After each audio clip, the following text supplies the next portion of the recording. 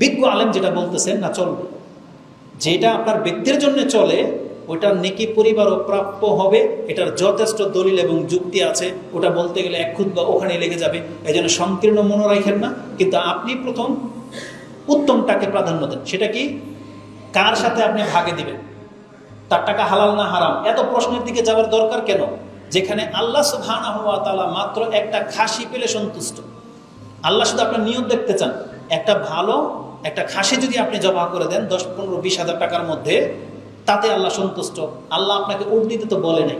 আল্লাহ বলছে তুমি আমার জন্য কুরবানি করো। আল্লাহ বলছে ফাসাল্লি লিরাব্বিকা ওয়ানহার, তুমি একটা কুরবানি করো, বাস।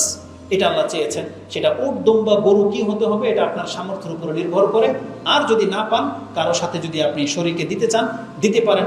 2, 3, 4, 5 সর্বোচ্চ 7 ভাগ পর্যন্ত একটা গরুতে প্রচলন রয়েছে বা জায়েজ, 7-এর অধিকার হবে না।